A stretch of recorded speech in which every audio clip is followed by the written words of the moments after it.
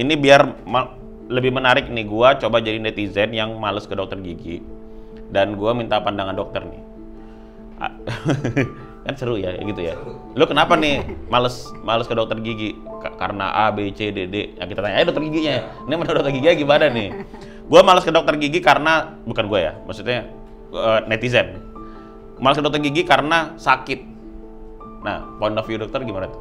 Nah, ini gua masuk lagi ke suara netizen tentang penyakit yang paling banyak di Indonesia, karies dentis. Kita bikin bingung aja mereka, biar aja. Apa itu? Gigi berlubang, itu yang paling gampang. Menular nggak? Iya dan tidak. Yes. Iya dan tidak. Jadi gini logikanya, mulut ini kan kecil, tapi kompleks. Ya, baru tahu gue kalau tambalan itu harusnya uji labnya adalah 25 tahun. Iya. Wow.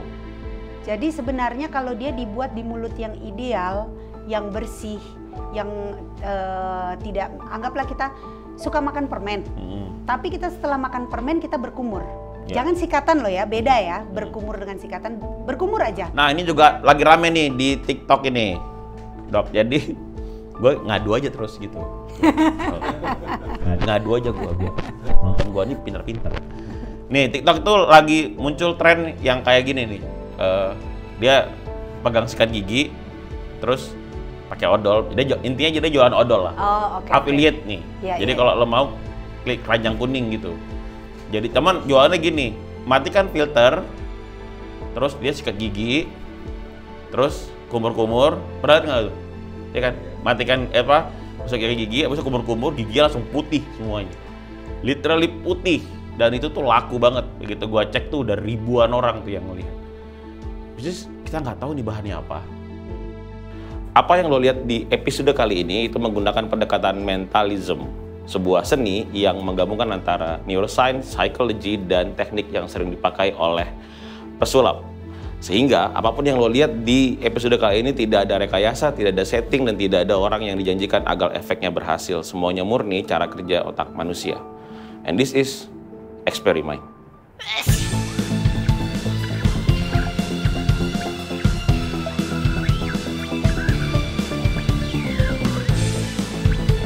Selamat datang lagi di Eksperimen. Ini adalah eksperimen, isinya itu nanti akan eksperimen tentang mencari tahu gimana caranya manusia itu berpikir. Nah, kali ini tuh tamunya keren banget karena ini dokter gigi favorit gua. Ya, ada Dokter Dina. Halo. Keren. Kita hari ini, nah buat yang belum tahu sebenarnya apa sih bedanya dokter gigi Dina sama dokter gigi yang lain gitu kan. Bedanya adalah beliau 20 tahun di Belanda. Jadi ditambahinnya kerja apa jalan-jalan? Ya, dua-duanya mungkin ya di sana ya. Enggak sih, dia jadi dokter hidupku gigi. Jalan-jalan soalnya. Kita nanti akan bahas nih, kira-kira dokter gigi Dina ini dia di Belanda ngapain aja? Apakah dinaturalisasi? Bisa jadi. Kan sekarang lagi musim tuh Belanda sama cus, minggat aja gitu ya. Iya, waduh, ya kabur aja dulu. Kabur aja dulu. Kalau bahasa zaman sekarang. Karena ini eksperimen. Iya. Jadi setiap episodenya gue selalu main games. Oke. Soal how to people think gitu ya. Medianya yang mau dipakai hari ini adalah kartu remi. Bikin penasaran. Dokter familiar sama kartu remi nggak? Pasti dong. Iya. Ya, kartu remi kan ada 52 kartu, ada hati, ada skop, ada wajik, dan banyak lagi ya. Jadi hari ini tuh gamenya sederhana. Ya. Jadi aku minta Dokter Dina untuk ambil setengah kartunya. Bebas mau berapa aja, tapi kira-kira ambil setengah segini atau seberapa terserah lah. Oke. Ambil setengah aja. Sisanya buat, kita taruh di sini. Sini. Ya, yang buat dokter mau yang ini apa yang ini? Yang ini aja deh. Oke, ambil. Kita kocok. Ya, ngocoknya udah begini. Memang beda. Eropa tuh, dan itu namanya American Shuffle. Ya, beda memang. Kalau orang Indonesia kan begini ya. Iya, beda memang. Oke, it's okay. Oke, nah kemudian ambil satu kartu yang mana aja, terus diintip, terus dihafalin. Jadi kayak ambil satu, terus dihafalin. Ya, gua nggak boleh lihat. Sudah? sudah. Nah, diambil gini. Ya. Diambil. Berarti kan ketahuan dong. Enggak dong. Oke deh diambil. Oke, diambil, taruh di atasnya gua taruh di atasnya Nina, dikocok lagi. Oh, gitu. Jadi dikocok lagi, ya, kocok terus. Iya. Kocok sampai benar-benar dia hilang. Kartunya tuh hilang. Oke. Oke, sudah ya. Udah. Nah, kalau sudah sederhana. Dokter Dina punya kartu sendiri, ada di dalam sini. Gua punya kartu gua, ada di dalam sini. Iya. Tugasnya dokter nyari kartu gua, tugasnya gua nyari kartu dokter. Oke. Ya. Iya. Kira-kira aja, yang menurut dokter aja. Misalkan, ini. ya misalkan kayak ini. Oke, kayaknya gua dapat, gua taruh di sini. Ini menurut gua kartu dokter, menurut gua. Oh. Oke, menurut dokter kartu gua apa? Ini. Iya, yakin nih nggak mau diganti? Nggak mau deh. Nggak ya? Oke. Soalnya pasti salah lagi kalau ganti. Oke. Untuk pertama kali ya? Iya. Kartu dokter apa? Sebutin. 9 wajik. 9 wajik? Kartu gue 9 wajik. Ketemu. Yeay. Dan percaya apa enggak? Kartu gue adalah 5 kritik.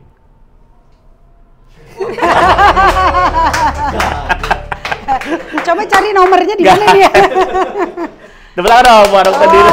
Tepuk tangan. Thank you udah main. Itu sebenarnya main trik sih. Itu trik buat otak kita sebenarnya. Gimana nanti dibocorin ya? Ya. Setuju kan dibocorin? Iya. Tapi yang bikin kita penasaran adalah di Belanda itu ngapain sebenarnya?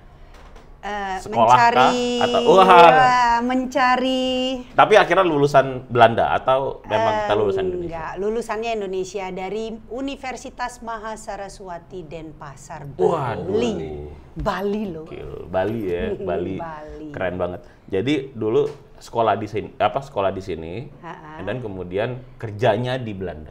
Begitu lulus, 1 hari setelah lulus berangkat ke sana karena ada tawaran magang. Jadi nyampe sana langsung magang. Wow. Jadi magangnya dengan visa turis. Iya, kenakalan zaman dulu ya. Kan beda dengan kerja ya. Bener. Kerja mau magang boleh aja dong tanpa visa kerja. Oh, kalau magang memang boleh. itu ya. Jadi dulu di Belanda dan kemudian akhirnya menetap di Belanda.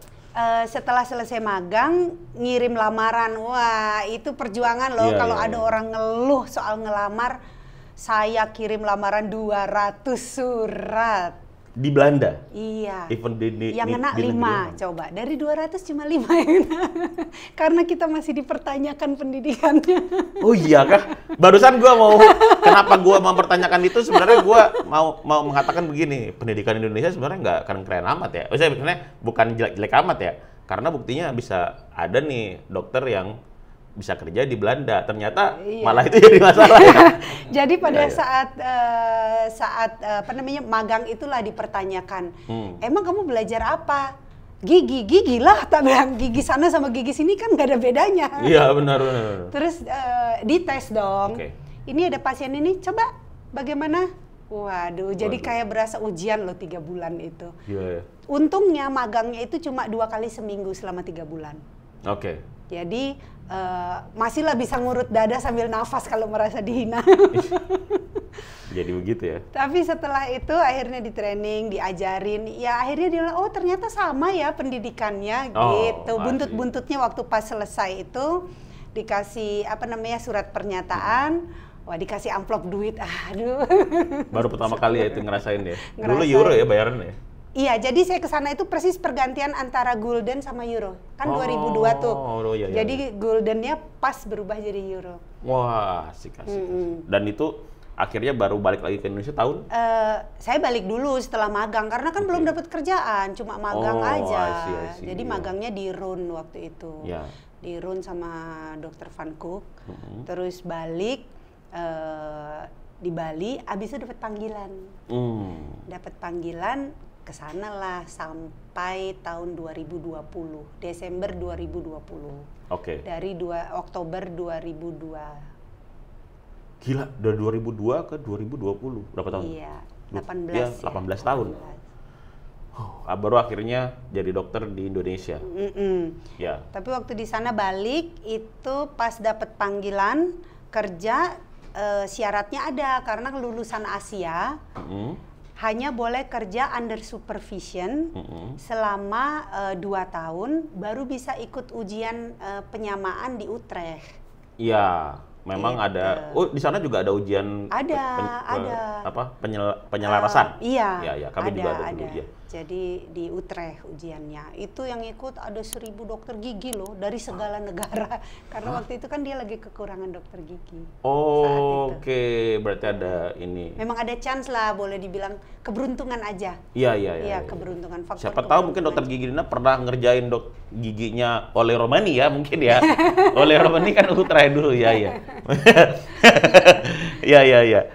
Dok, tapi mumpung kita kan ngomong lagi soal apa yang terjadi di Belanda dan Indonesia, cuman kali ini tuh yang pengen gua kasih tahu adalah gimana caranya gua pengen bawa nih gimana sih orang Indonesia tuh berpikir tentang gigi sebenarnya. Nah, sebenarnya gua pengen nanya dulu nih. Menurut dokter nih, pandangannya dokter itu gigi sehat itu tuh sebenarnya apa definisinya? Iya. Kalau dibilang gigi itu sehat, yang pertama kita lihat pasti tidak ada masalah. Tidak ada kelainan, tidak ada masalah. Yang kedua, gigi itu bersih. Gigi itu bersih. Yang ketiga, gigi itu bisa melakukan fungsinya. Yaitu? Nah, mengunyah. Bicara.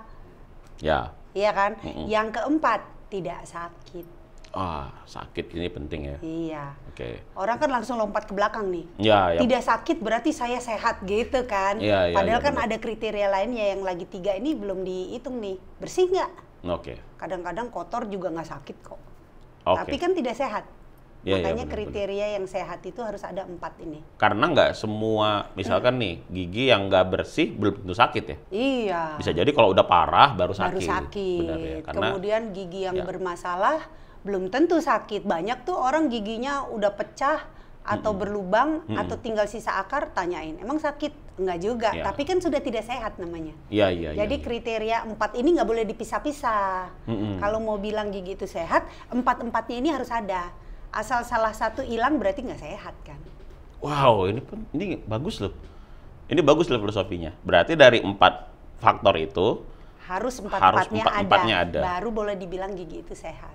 Itu alasannya kenapa kita harus rajin ke dokter gigi. Iya, dengan kontrol kita bisa lihat apakah 4-4-nya ini ada. Iya, emang semasalah apa sih kalau misalkan ini gue jadi netizen ya. Sebenarnya aneh kalau ngomongin tentang kesehatan, gue nanya ke dokter juga. Karena kan kayak yang ya sebenarnya gue udah tahu-tahu aja gitu, basicnya tahu kan. Basicnya pasti dapat kan dulu tuh 3 SKS juga tuh ngomongin soal gigi. Dan nongkrongnya dulu kami dulu tuh anak kedokteran itu pasti nongkrongnya itu di belakang Fakultas Kedokteran Gigi. Alasannya? Lebih wangi aja. Wangi-wangi. Ya? Yang keluar tuh wangi-wangi. Dokter gigi kan kadang kedokteran tuh kadang-kadang begajulan juga gitu. Coba dokter gigi tuh lebih wangi. Ya. jadi ini yang banyak orang nggak tahu, karena kan kalau dipikir-pikir gigi kan cuman segini-segininya. Iya, kan, kecil gitu. Ya. Kecil aja ya. Tapi banyak orang yang belum tahu. Nah, emang kenapa nih kalau misalkan nih giginya nggak sehat gitu? Ya. Emang kenapa? Atau nggak bersih deh, kita milihnya dari 4 faktor itu. Emang kenapa? Ya, tadi kan faktor pertama tidak ada masalah atau kelainan. Ya. Sekarang ada orang yang ada benjolan di gusi, belum tentu sakit. Betul. Berarti kan satu sudah lepas tuh, ada masalah, berarti kan tidak sehat walaupun tidak sakit. Ya. Yang kedua, bersih. Berapa banyak orang yang punya karang gigi tapi nggak punya keluhan? Banyak. Iya, ya. Dan tidak kontrol, ya kan? Ya. Kemudian yang ketiga, bersih. Berapa banyak orang yang kalau malam pulang kerja bilang, aduh capek, nggak apa-apa lah 1 kali aja lewat nggak disikat.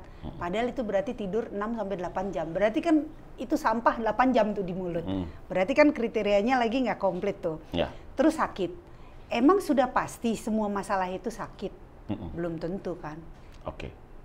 Nah, kalau misalnya ini salah satu tidak dikontrol, berarti kan kita belum tahu mulut kita itu sehat apa tidak. Ya. Karena kan banyak orang yang kalau ditanya, kapan terakhir ke dokter gigi? Nggak pernah, orang nggak pernah sakit kok. Ya, bener. Iya kan? Berarti alasannya, berarti sebenarnya kesehatan gigi itu belum tentu dia sakit atau nggak sakit. Belum tentu, ya? jadi jangan dipakai patokan kalau sakit gigi baru ke dokter gigi. Ya. Justru rutinlah kontrol setiap 6 bulan, maksudnya mencegah sebelum dia sakit. Jadi kalau ada masalah yang kecil, misalnya gigi patah, patah belum tentu dia akan sakit kan? Betul, kalau nggak kena akarnya, Iya. atau nggak kena sarafnya, ya dia nggak sakit. Iya, gigi lubang. Kalau Ya. lubangnya kecil, belum tentu sakit kan? Betul. Paling makanan nyangkut. Ya, Nah kalau makanan nyangkut, emangnya bisa dibersihin? Belum tentu. ya, bener. Namanya masuk kan, kadang-kadang tetap aja sembunyi di sana, akhirnya jadi sampah, kayak tong sampah dong. Iya, Emang mulut kita tong sampah, lubangnya di, Waduh. ya itu dia. Waduh. Iya, Jadi bener. itulah fungsinya kenapa harus dikontrol. Karena kita nggak mungkin, coba aja tanyain sehari-hari kalau habis sikat gigi, emang ngelihat cermin, bukain diperiksa satu-satu, enggak kan? Ya, Berarti biarkanlah dokter gigi yang meriksa. Itulah fungsinya dokter gigi sebenarnya. Iya. Maksudnya dokter gigi itu ruang lingkupnya tuh sampai ke sana gitu. Iya. Ya. Bukan cuman ngobatin kalau udah sakit. Iya. Bahkan bener nggak sih? Maksudnya bahkan sebenarnya kalau lagi sakit-sakitnya, itu dokter gigi kagak bisa ngapa-ngapain juga. Maksudnya nggak banyak yang bisa dilakukan. Bener nggak sih? Nah itu juga yang jadi masalah. Kadang pasien kalau datang ditanya, sejak kapan sakit gigi? Udah seminggu yang lalu. Kenapa nggak ke dokter gigi? Karena dok, kalau saya datang tuh juga nggak diapa-apain. Kan kalau lagi sakit nggak diapa-apain. Ya. Berarti kan sudah menjadi sebuah mitos kan? Ya, bener. Padahal kalau sudah tahu di hari pertama sakit, kenapa harus menunggu seminggu? Ya. Kalau bisa di hari pertama sakit, jangan beli obat sendiri dong. Betul. Emang semua bisa nulis resep, semua bisa Ya. jadi dokter setelah baca apa? Google, iya benar.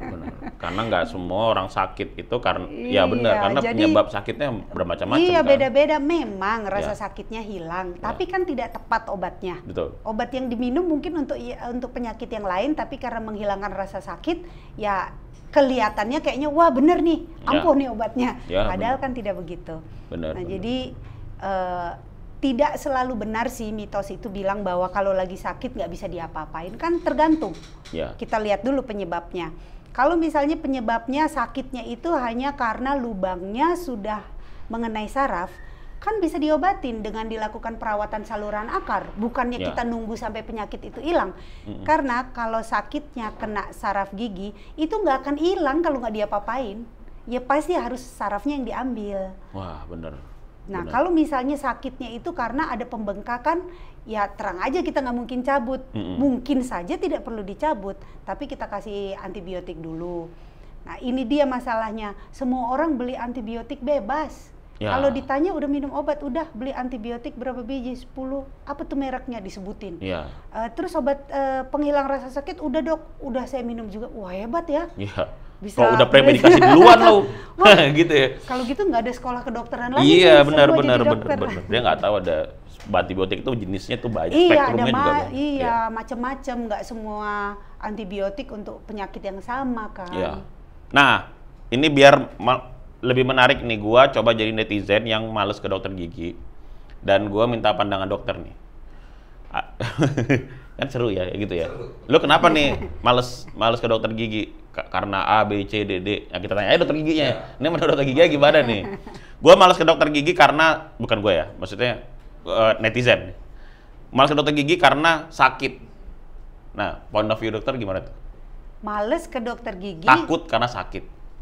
Oh, males ke dokter gigi karena takut sakit. Takut sakit, ya. Ini kan Iya, sama iya, kayak iya. orang males sunat karena takut. Nah, sekarang pertanyaannya, pernah ke dokter gigi nggak? Kok sudah tahu sakit? Iya, benar. Itu dia. Gua suka nih jawabannya nih. Ya, benar. Iya kan? Iya, benar. Kok bisa tahu bakal sakit? Ya, benar. Udah ke dokter gigi itu belum? Ternyata ditanya belum pernah ke dokter gigi. Kok tahu sakit? Kata tetangga. Iya. Emang mulutnya tetangga sama mulut kita sama? Iya, benar. Beda. Memang sama-sama mulut. Tetangga. Iya kan? Sama-sama mulut, tapi isinya kan beda. Ya, benar. Gak usah dengan mulut tetangga, gigi Ya. kanan sama kiri aja kadang-kadang rahangnya yang kiri lurus, yang Ya, kanan kanan beda. agak Iya, iya. asimetris kan. Benar, benar. Jadi jangan disamain sama tetangga, ntar tetangga terjun dari tingkat 7 ke tetangga kita Iya. terjun aja. Terjun juga, Wah, iya. emang Kita tingkat mau? 8 lagi. Iya. Satu nyantai. Jadi Ya, ya. jangan takut. Pada dasarnya takut itu kan sebenarnya mindset. Wah, Ya. persis nih. Wah, permainan benar, mind. benar. Wah. Ini Jadi udah eksperimen sekali nih.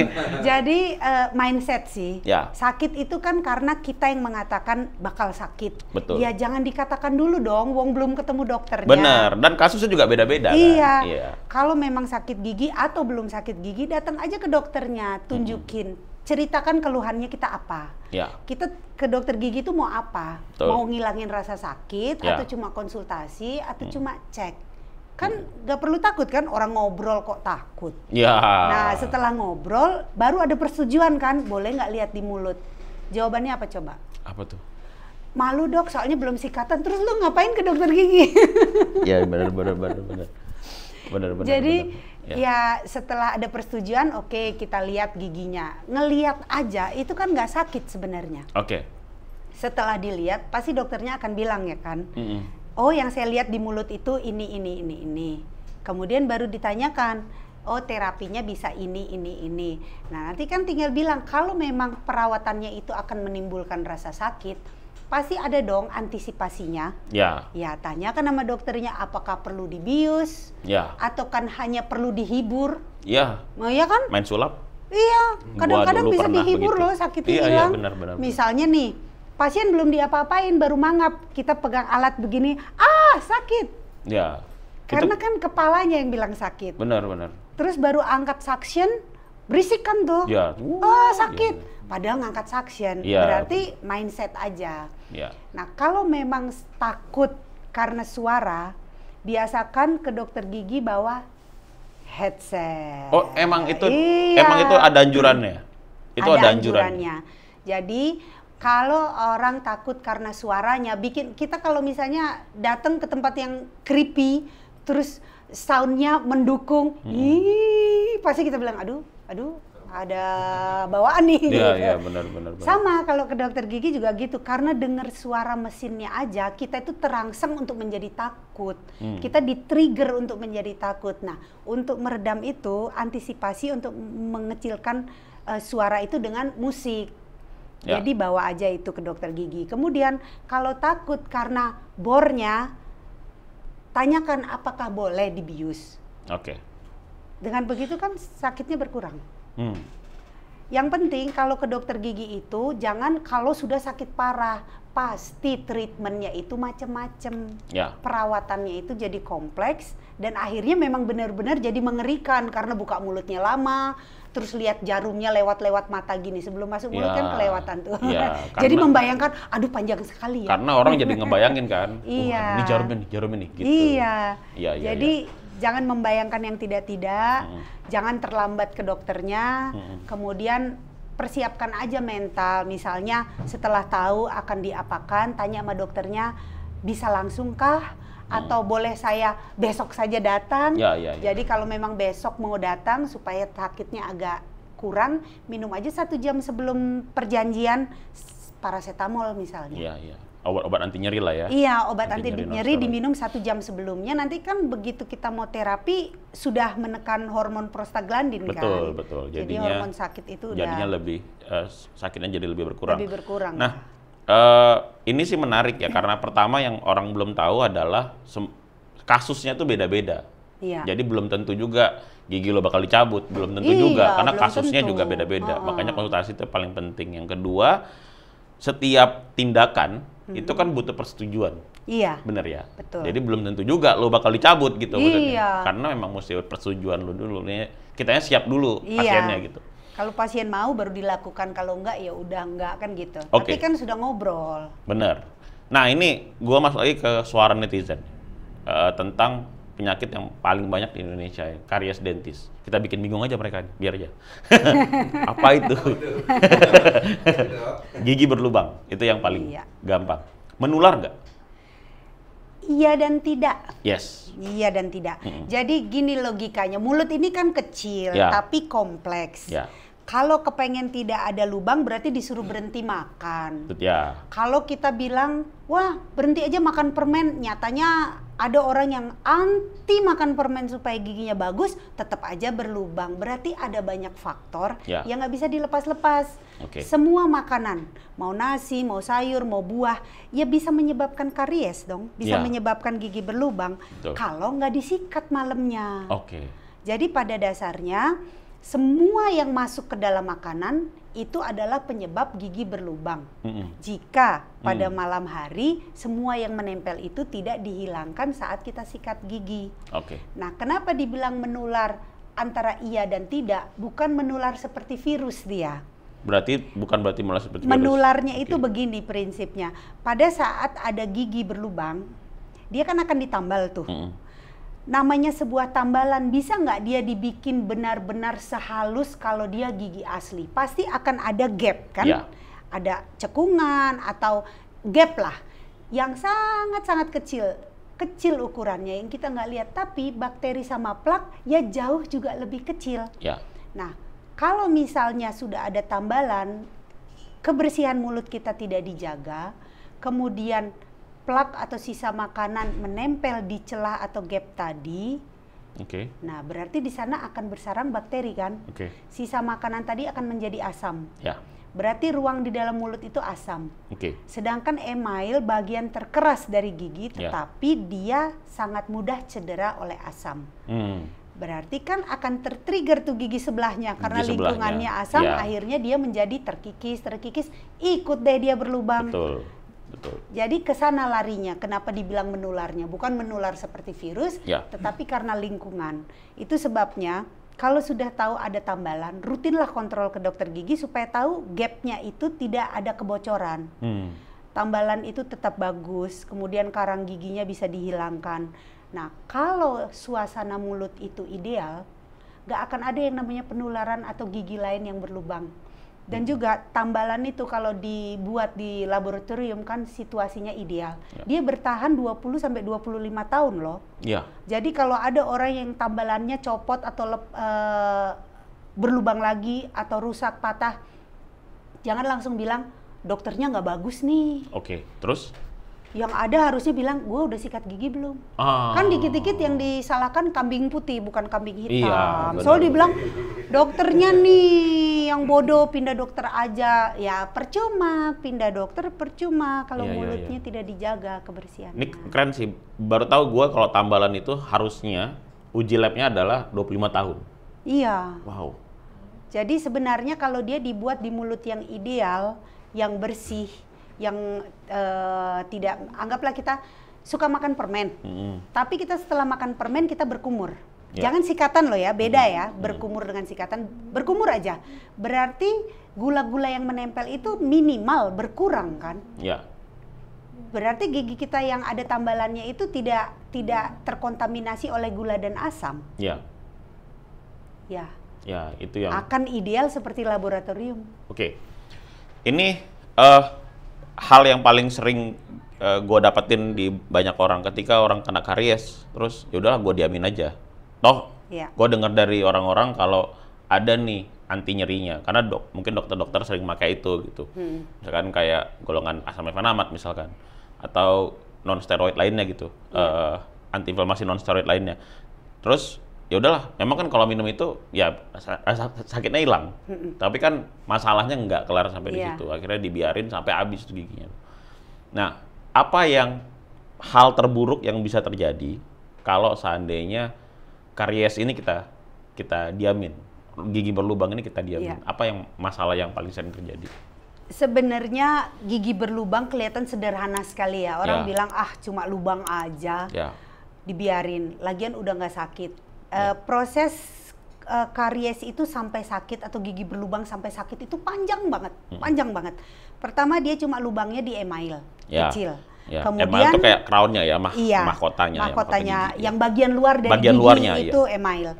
Nah, pada saat ada lubang kita tuh mengunyah kan pasti begini kan. Kalau lubangnya kecil berarti kita memampatkan sisa makanan ke dalam lubang itu kan. Nah, di dalam lubang itu dia pasti akan membusuk. Begitu dia membusuk menjadi asam, berkumpul bakteri. Kemudian masuk dia ke bagian lapisan kedua dari gigi yang namanya dentin. Ya. Nah, di dentin itu dia masih belum sakit, tapi dia bisa nyeri atau ngilu, tapi tidak sakit spontan gitu tuh enggak. Karena apa? Karena masih ada berapa 2 mili sampai 2,5 mili lah sampai ke ruang saraf. Ya. Karena lubangnya dalam, akhirnya setiap kali digini makin padat makanan yang masuk. Akhirnya begitu sampai ke saraf, baru mulai tuh cekot-cekot. Ya. Kemudian minum obat, nggak ditambal. Ya. Lama-lama saraf gigi yang memberi peringatan kepada tubuh kita kan mati. Mati berarti pada saat dia berkumpul bakteri dan sisa makanan makin dalam, kita udah nggak ada saraf yang memperingati kita bahwa itu ada masalah. Akhirnya sampah dan bakteri ini nggak keluar lagi kan, tapi makin masuk, makin ke akar gigi di dalam. Mulailah dia membusuk. Pertamanya hilang sakitnya karena proses matinya saraf. Kemudian mulai sakit lagi karena dia pembusukannya udah di ujung akar gigi. Kenapa dia sakit? Karena kan ujung akar itu begini di tulang rahang. Nah, di tulang ini kan berjalan saraf lagi. Nah, saraf yang di sini yang terkena. Mulai bereaksi sakit lagi. Tetap didiamin, pakai obat aja tanpa menghilangkan penyebab. Akhirnya di sini bengkak, ada abses, ada nanah. Mulai lagi nih panjang. Begitu nanahnya tidak bisa keluar, sama seperti pelembungan. Kalau dikasih air sedikit cuma segini, lama-lama dikasih air meledak kan. Sama seperti gusi kita. Kantong yang menyimpan nanah itu sakit, menekan saraf, menekan semua, sakit, minumin obat sampai akhirnya pecah. Pecah, tekanan dari nanah itu berkurang, hilang sudah sakitnya. Terus kita bilang, biarin aja lagi, udah nggak sakit. Lama-lama gigi itu pecah, tinggal sisa akar. Nah, yang tadi udah dibilang, gigi dibiarin berlubang, akhirnya sakit gigi karena kena saraf. Kemudian yang kedua, akhirnya bernanah. Begitu pecah, pada saat kita makan, bercampur dengan nanah nggak makanannya kita? Bercampur dong. Terus kita telan. Jorok nggak sih? Nah, itu kita telan berarti masuk kemana? Ke lambung. Kalau kebetulan gusinya ada yang robek atau berdarah, bakterinya, nanahnya sebagian masuk ke pembuluh darah itu lewat mulut. Sebagian di lambung. Terus kita ngomel minum obat untuk penyakit lambung, padahal ya asalnya dari nanah dan bakteri. Kita bilang, aduh, saya kok pembuluh darah, gula darahnya naik turun, tensi saya naik turun. Ya karena yang bakteri masuk ke pembuluh darah tadi melekat di dinding pembuluh darah. Dan itu pengaruh besar ya? Pengaruh besar, akhirnya terjadi kronis, infeksi kronis di seluruh tubuh yang kita nggak sadari lagi.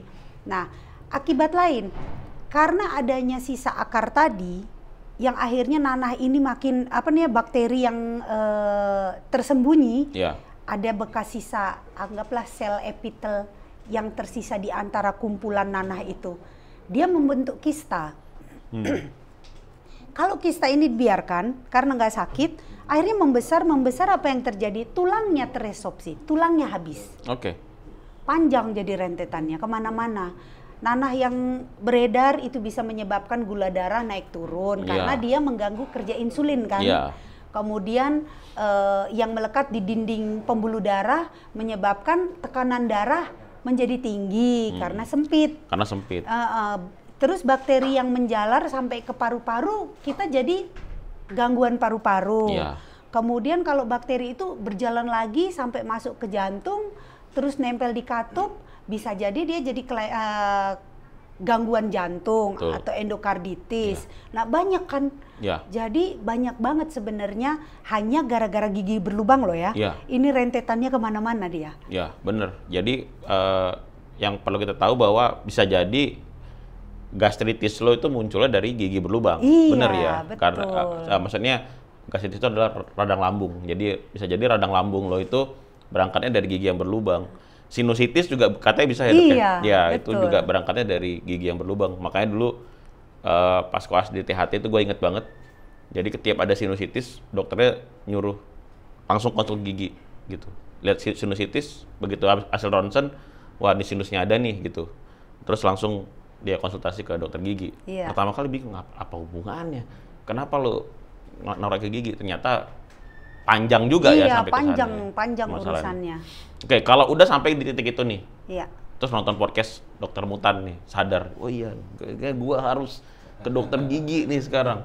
Tapi gigi gua udah setengah-setengah nih, udah patah-patah. What should they do?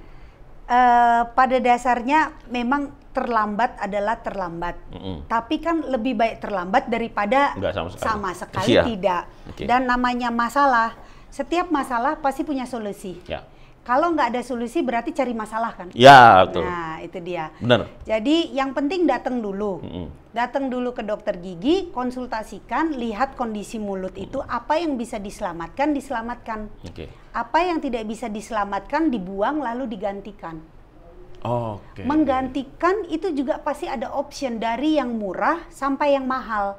Jadi jangan selalu berpatokan bahwa, wah yang mahal aja, ini adalah yang terbaik. Siapa bilang? Betul. Murah pun bisa yang terbaik. Karena apa? Kita harus melihat kondisi sistemik pasien. Misalnya nih, pasiennya habis perawatan kanker. Ya. Gak mungkin lah kita kasih bilang gantiin gigi yang rusak, udah kecabut, yang terbaik adalah implan. Wong tubuhnya loh tidak bisa terima barang asing karena imunnya kurang. Jadi tidak benar kalau kita mengatakan solusi itu harus yang termahal, makanya takut ke dokter gigi karena mahal. Iya, benar. Itu bukan alasan. Oh, pasang gigi 35 juta nih satu gigi gitu kan. Iya, jadi itu bukan alasan. Karena pada dasarnya di terapi kedokteran gigi ada dari option yang paling murah sampai yang paling mahal. Selalu ada opsi itu. Selalu ada, dan itu dikondisikan dengan keadaan mulut pasien dan kesehatan umum tubuhnya. Iya, iya. Jadi jangan takut, belum apa-apa bilang saya nggak mau ke dokter gigi karena mahal. Itu alasan aja sih. Wah. Alasan aja, karena pada dasarnya kalau kita niat banget pasti dilakoni ke dokter dulu, konsultasi, lihat apa yang bisa dan tidak bisa dilakukan. Dan bisa tanyakan berapa biayanya, dan itu kan bisa di planning. Nggak mungkin yang namanya mau memperbaiki mulut sekali datang selesai, nggak mungkin. Pasti kunjungan 1, kunjungan 2, kunjungan 3, berarti kan sambil ngumpulin duit tuh.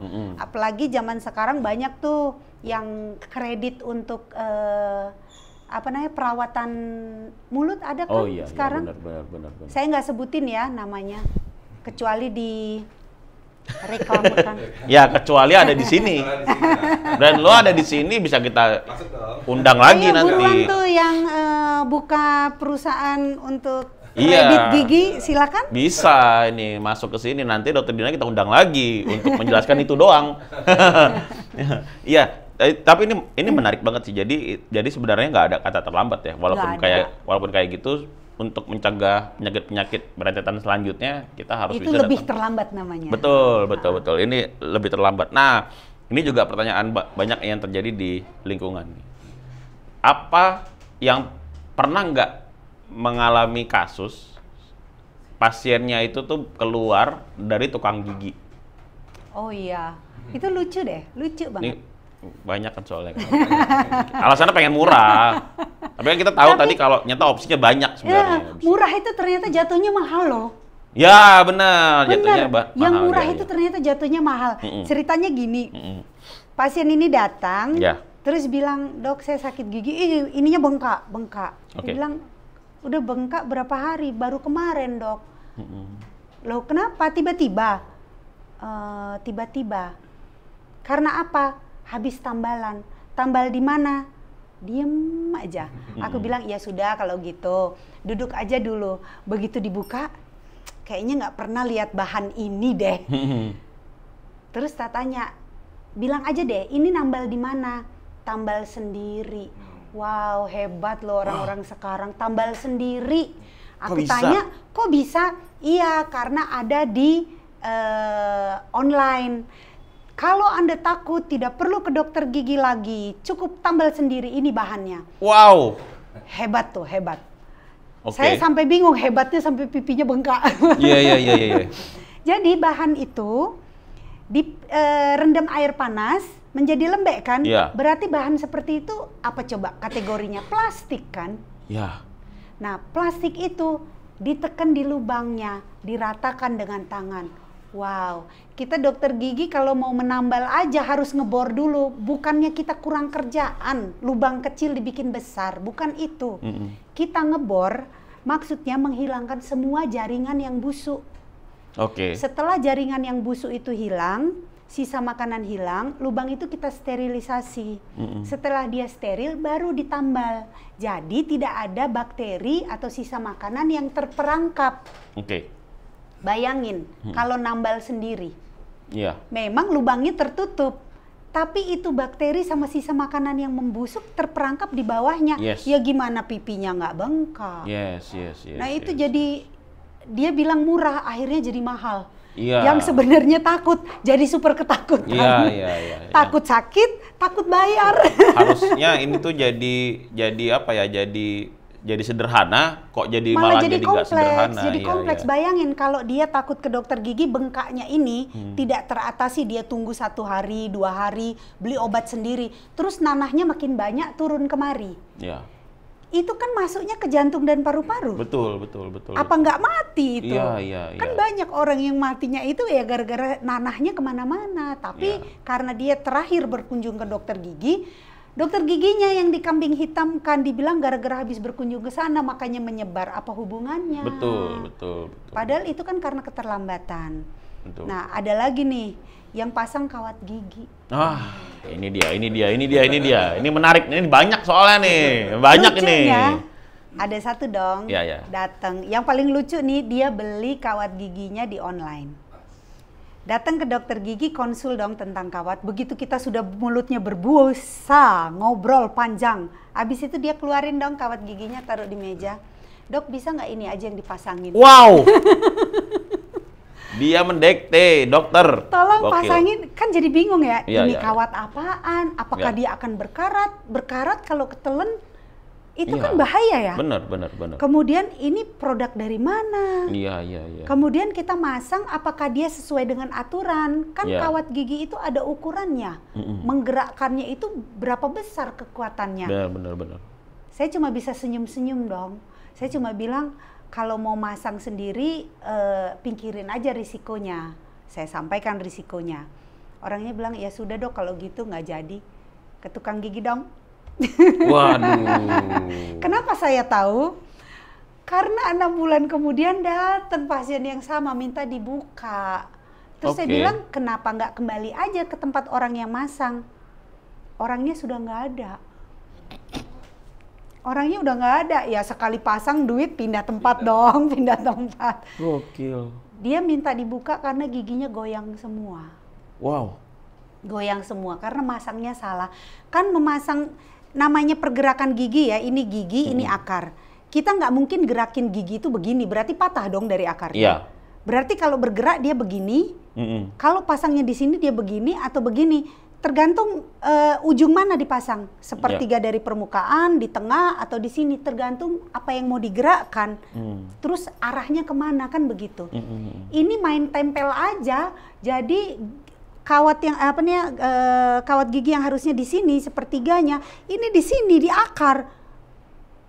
Jadi di dekat gusi, ya ketarik dong kemana-mana. Masih ketarik semua, bener. Iya, jadi giginya yang dulu yang aku lihat, untungnya aku tuh selalu hobi bikin foto ya, bikin foto gigi supaya kita kalau bicara orang tahu apa yang dibicarakan. Itu masih ada. Aduh, nyesel banget nggak sih, giginya dia itu sebenarnya bagus cuma untuk model, untuk mode karena viral. Itu dia pasang, akhirnya giginya sekarang jelek banget, jelek sampai agak gitu deh. Agak tonggos. Iya. Dan goyang. Terus kita mau gimana? Kita mau buka, berarti kita orang terakhir yang melihat dia, kita bisa disu dong. Betul. Kalau kita nggak mau, akhirnya kita menyalahi etika kedokteran, tidak membantu orang yang butuh. Nah terus ini gimana kita kejepit? Bener, ini dilemanya ini dokter kejepit tuh. banget loh. Jadi dokter gigi itu, iya dokter, semua dokter deh. Iya. Itu kejepit. Zaman sekarang disu, dikit-dikit disu, padahal kita nggak salah apa. Iya bener. Waktu dulu masih sering jadi di dokter umum, juga pernah dapat kasus yang sama, dimana tapi porsinya di kampung ya. Jadi kampung itu kan orang banyak konsumsi jamu, tapi jamu yang katanya orang-orang. Jadi dia ngambil sendiri katanya begitu. Tapi ternyata dia nggak murni dari herbal, which is kita nggak tahu juga herbal apaan. Terus tapi dia campurin apa, yang mana ini kan bingung ya kita ya.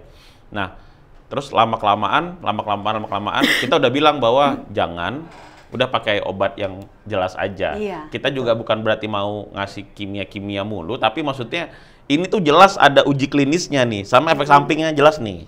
Ya kan? Jadi kalau lo makan dengan sesuai aturan, bisa begini. Iya, Kalaupun ada terjadi begini, kita bisa begini. Kira dia minum lah itu jamu untuk ngobatin sakitnya, lama-kelamaan gagal ginjal ternyata. Nah, balik lagi kan, kita bisa apa? Iya. Bingung jadinya, jadi mau dibantu tapi lo nya ngeyel, nggak dibantu Iya, tapi gimana? serba salah loh. Jadi bingung kok ada kondisi kayak gitu. Karena kita kan pasti memberi saran kan. Ya, kalau ya. orang begitu selesai di terapi atau diobatin kan kita pasti kasih saran ya. Betul. Nah, kita kan nggak mungkin datang ke rumah setiap pasien. Lu udah kerjain belum? Lu udah kerjain nggak mungkin Ya, kan? benar. Emang kita satpam. Iya benar. Jadi tergantung mereka dong mendengarkan apa enggak. Dan nggak enaknya mereka kembali lagi menuduh gitu loh. Ya. Padahal mereka tidak lakukan, terus mereka berbohong bilang saya sudah lakukan kok. Kan kita juga bisa lihat dilakukan apa enggak, lihat dari efeknya kan. Betul. Nah itu yang jadi serba salah kalau pasien tidak mau mendengarkan itu, kadang kita bingung harus bagaimana. Ya, nah ini juga lagi rame nih di TikTok ini, Dok. Jadi gue ngadu aja terus gitu. Ngadu aja gue biar nonton gue ini pintar-pintar. Nih TikTok itu lagi muncul tren yang kayak gini nih. Dia pegang sikat gigi, terus pakai odol. Intinya dia jualan odol lah. Oh, oke. Affiliate nih. Ya, Jadi ya, kalau lo mau klik keranjang kuning gitu. Jadi teman jualannya gini, matikan filter, terus dia sikat gigi, terus kumur-kumur, berat nggak tuh? Ya kan? Matikan sikat gigi, habis kumur-kumur, gigi langsung putih semuanya. Literally putih. Dan itu tuh laku banget. Begitu gua cek tuh udah ribuan orang tuh yang ngelihat. Which kita nggak tahu nih bahannya apa.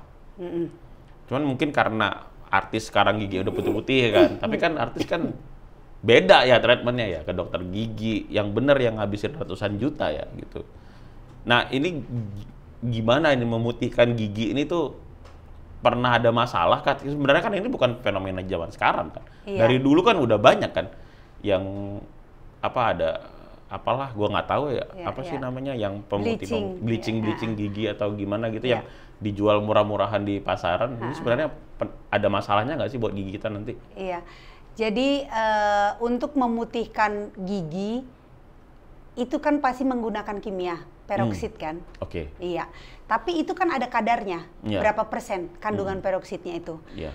Ada yang cuma 12%, sampai 16 dia dikategorikan aman kan ya? Iya. Kalau mau cepat reaksinya seperti pemutih baju atau apa, naikin aja sampai ke 25-50, tapi gigi kita tahan nggak? Wow. Baju aja yang dikasih pemutih, itu rontok begitu kita giniin yang kimianya, ini kita tarik robek kan ya? Iya. Terus ngerendamnya juga nggak boleh lama-lama. Terus ini ditaruh di gigi, gimana itu ceritanya? Iya, benar. Jadi sekarang pertanyaannya bukan soal boleh diputihkan apa enggak. Memutihkan itu selalu ada kategorinya, kategori gigi seperti apa. Misalnya gigi yang berwarna abu-abu atau yang kuning sekali.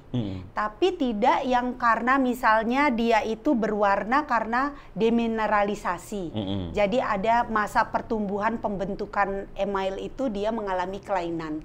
Itu nggak mungkin kita perbaiki dengan kimia apapun. Ya. Jadi pertanyaan utamanya adalah apa kategori putihmu? Ya.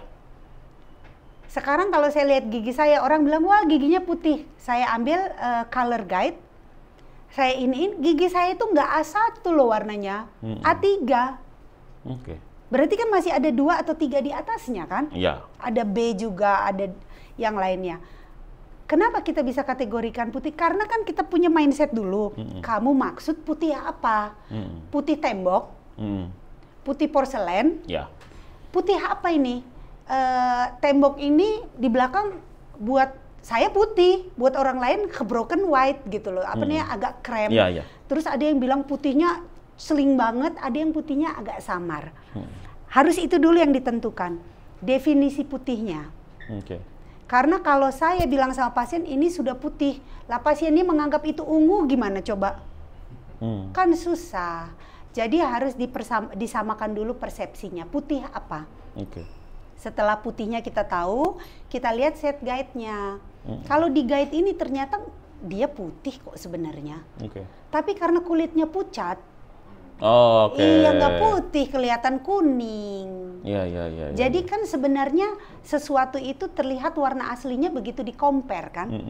Sekarang aku tanya, di TV tuh banyak tuh atau di TikTok, orang senyum sling, giginya putih sekali kayak tembok.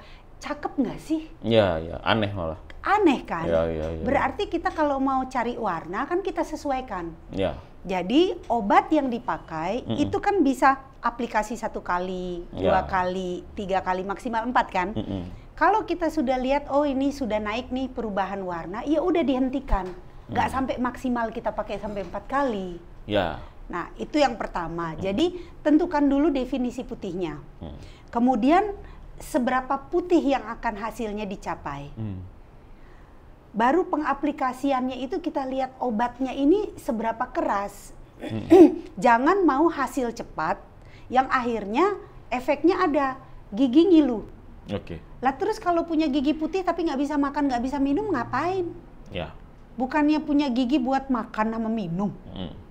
Terus nggak bisa ngapa-ngapain. Cuma begini aja tarik nafas, udah ngilu. Emang enak hidup seperti itu? Bener, kan itu efeknya. Kemudian gigi rapuh. Karena kita pakai dosis yang keras, otomatis dia rapuh dong. Rontok lama-lama. Sikatan aja dia langsung abrasi. Betul. Gitu. Nah itu kalau kita bicara hanya soal mau memutihkan. Sekarang tahapannya. Banyak orang beli di online bahan pemutih. Kalau memang semudah itu, ngapain dokter gigi yang ngerjain? Itu kan reklamenya, kerjakan saja sendiri. Pada saat kita kerjakan di dokter gigi aja prosedurnya panjang. Pertama, dia di scaling. Kemudian diperhatikan bagaimana adakah giginya yang berlubang, adakah tambalan yang retak. Ini kan semua harus diatasi dulu. Kenapa? Dia harus di scaling dulu, supaya kita lihat bagian gigi yang mau di bleaching, diputihkan, itu sama rata. Bayangin aja, ini gigi, permukaan gigi. Di sini ada karang gigi. Terus saya kasih kimia untuk memutihkan. Begitu gigi ini putih, karang giginya dilepas, di sini putih, di sini kuning dong. Berarti kan harus dibersihkan dulu, supaya semua permukaan gigi yang mau diputihkan, itu sama rata nanti dapat warnanya. Ini menarik sih. Nah, yang kedua, tambalan bocor. Kalau memang ada tambalan bocor, pada saat kita kasih kimia, kira-kira dia masuk nggak ke bawah tambalan? Lah kalau masuk ke pembuluh darah dan ruang saraf, dia terjebak. Itu ngilu setengah mati, dan itu tertelan, kan nggak boleh. Nah kemudian ada lubang. Kalau ada lubang, kita mau warnai, berarti obat itu masuk. Kita meracuni diri sendiri nggak? Nah itu sebabnya, jangan yang namanya bleaching di rumah.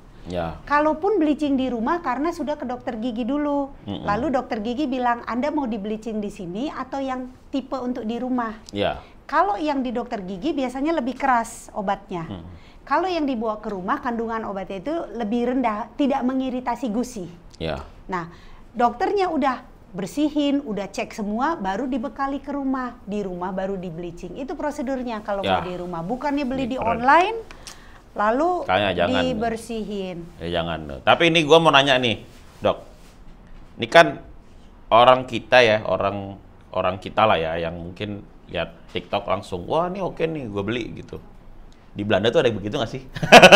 Ini gue baru boleh nanya nih, netizen Belanda nih bagaimana nih? Karena kan dokter kan udah 18 tahun nih, ada di kota mana dulu? Rotterdam. Di Rotterdam. Rotterdam. Nah ini Belanda tuh habitnya kayak apa? Masalahnya sama nggak sih sama kita? Beda jauh ya. Kenapa? Kok beda jauh? Ini menarik nih, kenapa? Beda jauhnya pertama, mereka dari usia sekolah, usia dini, itu memang sudah ada penyuluhan di sekolah secara kontinu dan berkelanjutan. Jadi bukan kayak di sini misalnya diturunkan ke sekolah cuma sekali aja penyuluhannya udah lupa. Orang kita 1+1 aja berapa kali diulang-ulang ya sampai hafal. Ini penyuluhan yang segitu banyak sekali, nggak bisa. Kalau di sana itu diajarkan dari kecil sampai besar. Itu menjadi sebuah habit bahwa mereka itu butuh. Nah, ada beberapa sekolah yang kerjasama dengan klinik yang mana ada mobil datang menjemput anak-anak giliran. 10 hari ini dikerjain, balikin besok 10-nya dikerjain. Jadi dari kecil sampai besar. Jadi kalau mereka diajak ngobrol term kata-kata istilah kedokteran gigi, tahu anak kecil itu. Jadi kalau tak bilang wah gigimu ini karies, dia tahu itu artinya lubang. Kalau kita bilang ini gingivitis, tahu dia gitu. Jadi sampai, dan pasien itu karena di cover oleh asuransi, ada yang memang misalnya nih asuransi yang minim, middle, atau high. Itu ada bedanya. Bedanya dari ya finansialnya lah, yang dari tipe yang dia ambil gitu. Tapi semua diasuransikan. Nah kalau misalnya anak-anak ini ke dokter gigi, otomatis kan mereka sadar apa yang boleh dan tidak. Jadi tidak semudah itu dibohongin. Ini istilahnya, sorry loh ya, kalau aku bilang dibohongin. Tugasnya reklame memang kan membuat orang termanipulasi. Ya. Jadi nggak ada tuh yang namanya nggak ada celing, nggak ada yang namanya hidup celing kaya, celing cantik. Celing orang mau cantik aja ada effortnya di sini dibedel-bedel 3 bulan ya. Ya benar, benar. Jadi masa gigi nggak ada effortnya langsung jadi, wow gitu, nggak ada lah. Nggak ada itu yang namanya.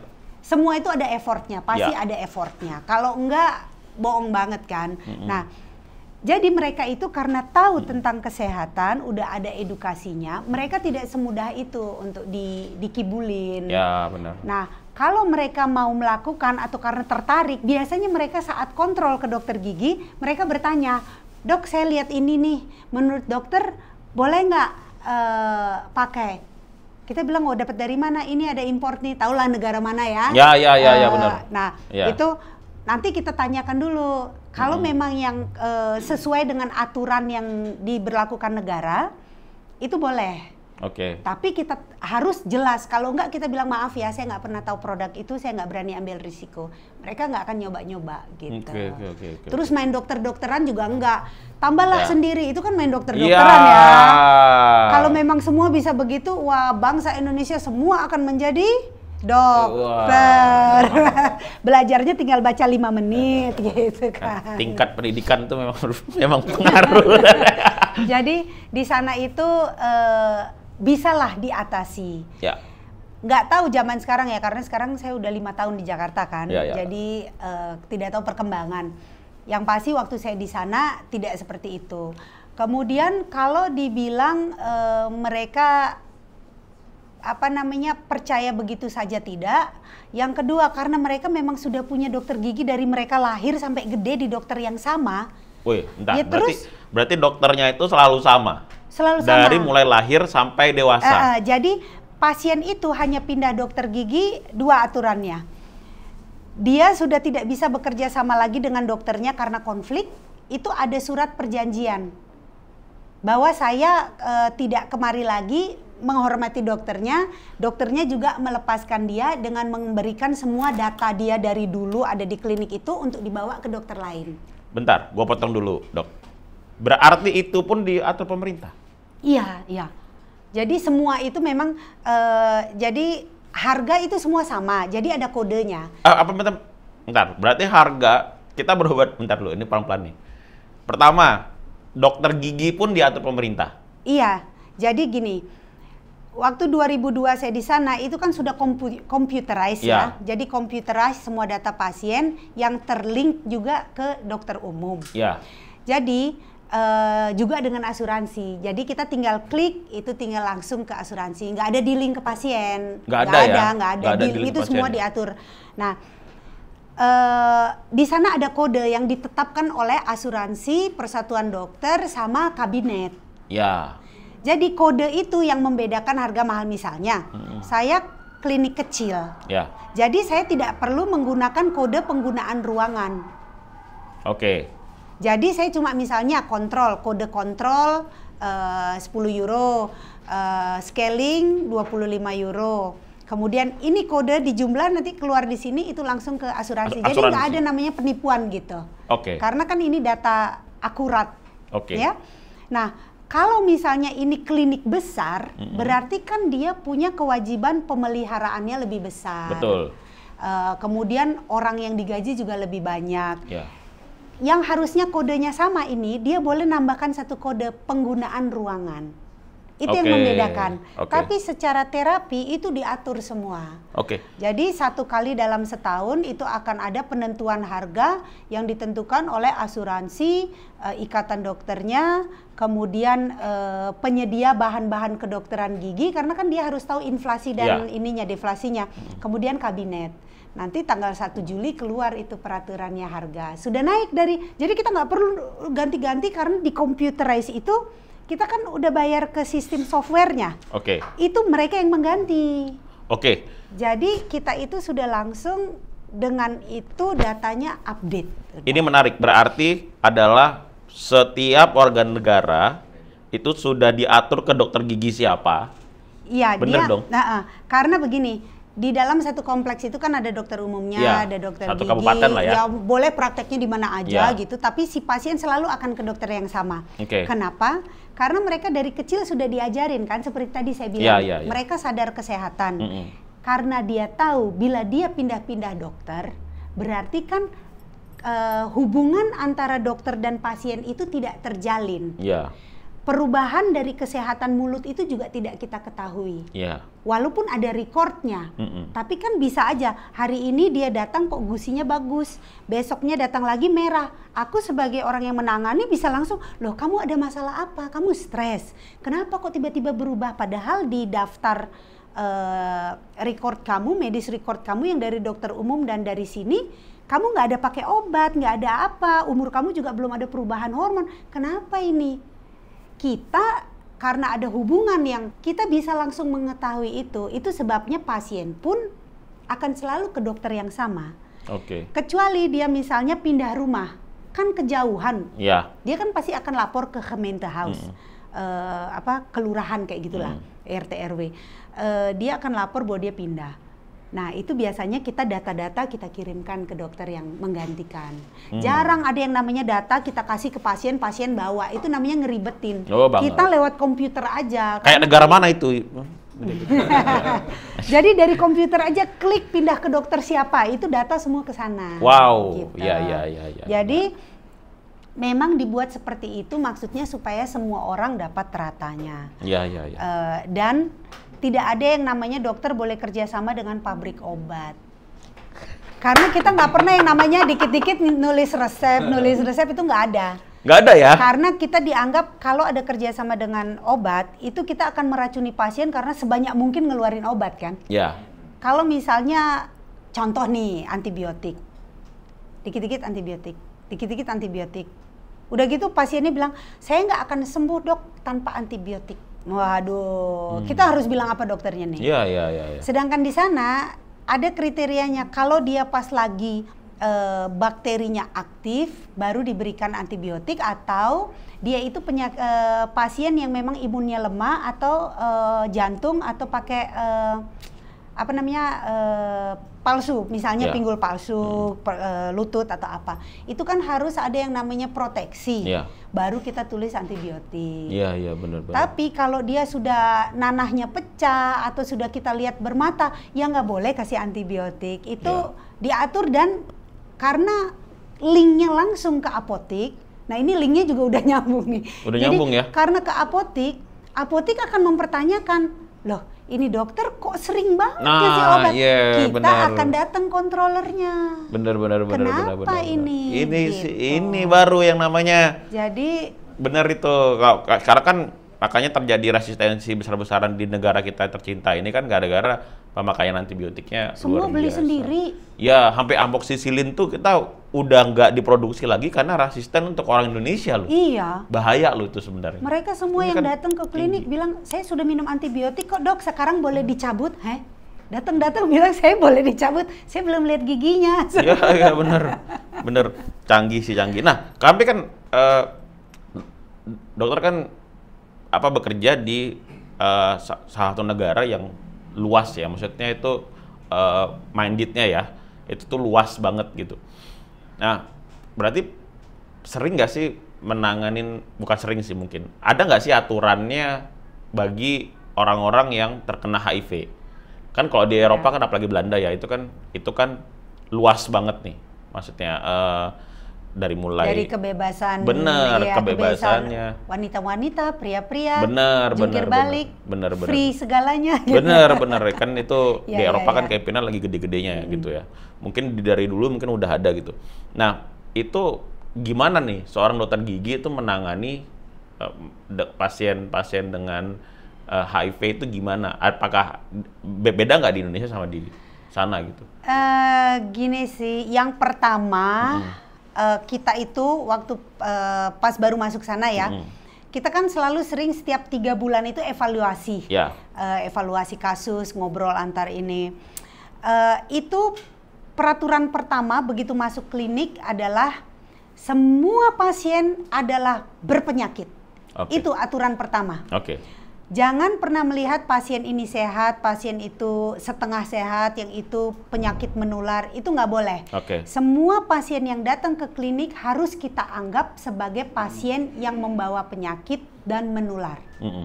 Kenapa? Supaya di mindset kita itu terbentuk bahwa orang yang harus dilindungi pertama adalah diri sendiri.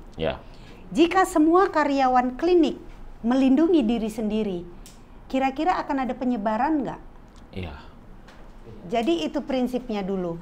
Anggap semua orang adalah berpenyakit. Jadi kita semua masing-masing bertanggung jawab dengan dirinya. Otomatis akan terhindar dari penyebaran penyakit. Itu yang pertama. Yang kedua, mereka diajarin untuk menjaga higienenya sangat tinggi. Perubahan antara satu pasien dengan pasien berikutnya harus selalu ada waktu untuk membuat semuanya steril. Berarti selalu ada ininya ya, selalu ada jeda waktunya. Untuk mensterilkan ruangan. Itu 5 sampai 15 menit. Itu sebabnya mereka sudah tahu waktu janji pasien itu udah diatur sedemikian rupa. Kalaupun mereka tidak jeda dengan pasien rata-rata karena kliniknya punya lebih daripada 1 unit. Walaupun 1 dokter ya, dia punya 2 kursi berarti dia aman, enak. Pindah dari 1 kamar ke kamar berikutnya, nanti perawat yang di sini yang membersihkan dan mensterilkan. Gitu. Nah, kalau misalnya ada pasien yang menular, yang memang seperti HIV, otomatis kan harus ekstra. Sedangkan tadi kan sudah bersih semua tuh. Ini ekstra.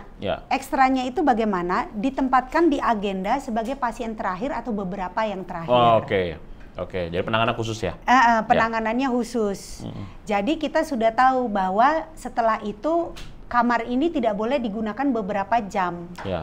Karena akan disterilkan secara maksimal. Gitu. Nah, kalaupun kita melihat soal kebersihan, memang pada dasarnya apapun yang kita sentuh di dalam ruang praktek, orang pertama yang akan tertular adalah perawat dan dokter giginya. Karena dia yang berjam-jam di ruangan tersebut. Jadi yang berkewajiban punya mindset harus hidup sehat dan hidup bersih, ya orang yang ada di dalam ruangan itu. Jadi kalau kita dokter giginya mau sehat, jangan sampai pulang bawa penyakit ke anak dan suami, ya kita jaga gimana nih caranya. Berarti apapun yang kita lakukan itu harus semuanya bersih. Jadi nggak usah karena peraturan klinik yang menyatakan, jangan karena peraturan pemerintah yang meminta, jangan karena PDGI yang mengharuskan, tapi karena kitanya mau sehat. Begitu juga dengan perawat. Jadi perawat dilatih untuk punya mindset bahwa kita orang pertama yang tertular nih kalau nggak bersih. Sih. Gila, ini sih apa ya, ilmu yang keren ya sebenarnya ya, karena kita tahu yang ada di sana. Nah, terakhir nih, Dok. Pertanyaan gue adalah tipsnya. Ini sederhana banget sebenarnya. Kira-kira apa yang harus kita lakukan sesederhana mungkin, berusaha untuk tidak normatif banget gue ya. Semua orang tahu bahwa harus sikat gigi. Sikat gigi itu pada saat kapan, pakai odol apa, pakai apa tips yang paling spesifik yang bisa kita lakukan di rumah untuk teman-teman, terutama teman-teman yang netizen yang generasinya Z ke bawah kali ya, yang mungkin baru tahu. Apa yang bisa dokter sampaikan ke teman-teman? Tipsnya itu sederhana. Yang pertama, punyalah tujuan. Oke. Tujuannya satu, investasi masa depan. Oke. Di investasi masa depan ini ada dua. Tujuan hidup sehat sama finansialnya tidak terganggu. Oke. Hidup sehatnya bagaimana caranya?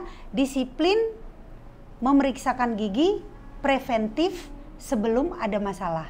Oke. Yang kedua, lakukan apa yang sederhana yang bisa dilakukan, yang harganya murah. Apa itu? Selesai makan kumuran, dengan air putih, hindari obat kumur. Oh. Cukup air putih kita loh punya ini, sebelum ditelan dikumur aja dulu.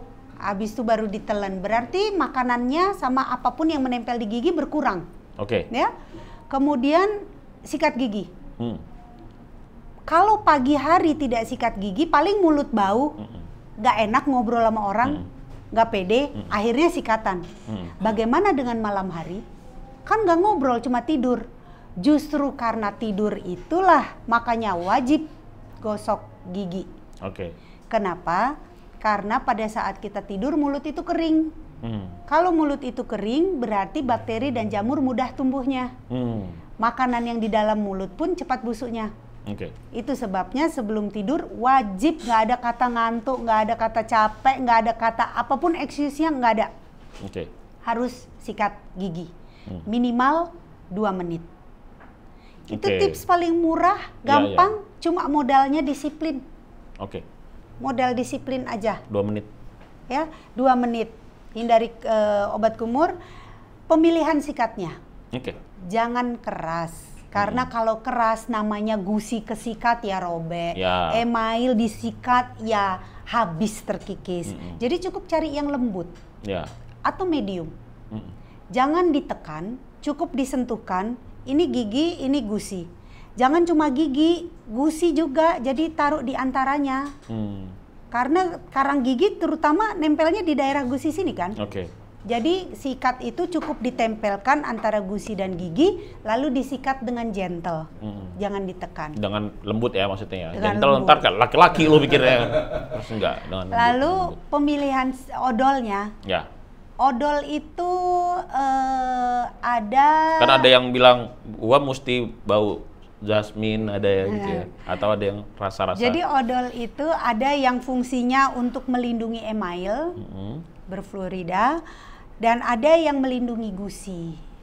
Aku nggak boleh nyebutin merek soalnya. Jangan dong. Masuk dulu. Jadi kalau misalnya kita pagi hari pakailah sikat gigi, pakai odol yang untuk melindungi gigi.